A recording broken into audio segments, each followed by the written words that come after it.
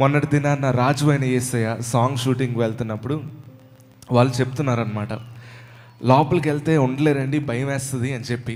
ఆ యొక్క ఏరియాలోంచి బయటకు వెళ్తే కనుక, డాక్ చేసిన ఏరియాలోంచి కొంచెం బాగా లోపలికి వెళ్తే కనుక అసలు మీరు ఉండలేరు, భయం వేస్తుంది. లేడీస్ వాళ్ళు అయితే వాళ్ళు అన్నారు, కానీ అలా భయం వేస్తుంది అని చెప్పి వాళ్ళు అన్నారండి.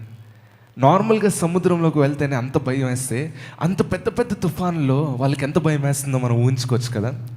అయితే ఇంత పెద్ద తుఫానుల మధ్యలో, ఇంత పెద్ద అలల మధ్యలో ఆ యొక్క షిప్ అంతటికీ కూడా, ఆ షిప్లో ఉండే ప్రతి మనిషి కూడా ఒక నమ్మకం ఉంటుంది కదా, మనం బ్రతుకుతామని.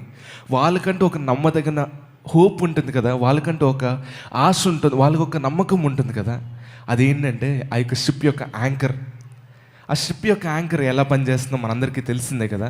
ఎప్పుడైతే దాన్ని డిప్లాయ్ చేస్తారో, ఒక యాంకర్ని, బరువైన యాంకర్ని చైన్తో షిప్లోంచి డిప్లాయ్ చేస్తారో, అది కిందకి వెళ్ళి సముద్ర గర్భంలో కిందన సీ బెడ్ మీద అతుక్కున్నప్పుడు, అదేదో టెక్నిక్ వాడి వాళ్ళు ముందుకి వెనక్కి ఆ షిప్ని రీలొకేట్ చేసినప్పుడు ఆ యొక్క యాంకర్ గట్టిగా కిందనున్న సీ బెడ్ని పట్టేసుకుంటుంది.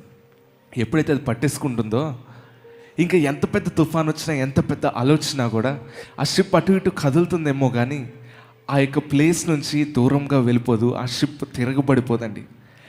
ఆ యొక్క షిప్ అంతటికి, ఆ యొక్క షిప్లో ఉండే క్రూ అంతటికి కూడా ఏకైక నమ్మకం ఏంటంటే, ఆ షిప్ మీద ఉండే, ఆ షిప్లో ఉండే ఆ యొక్క యాంకరే వారి యొక్క నమ్మదగిన సహాయము.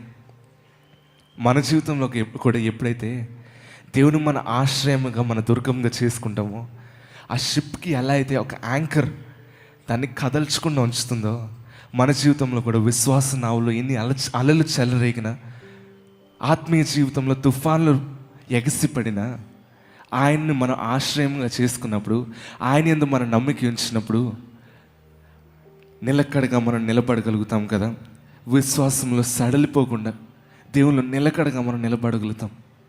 మనం చూసిన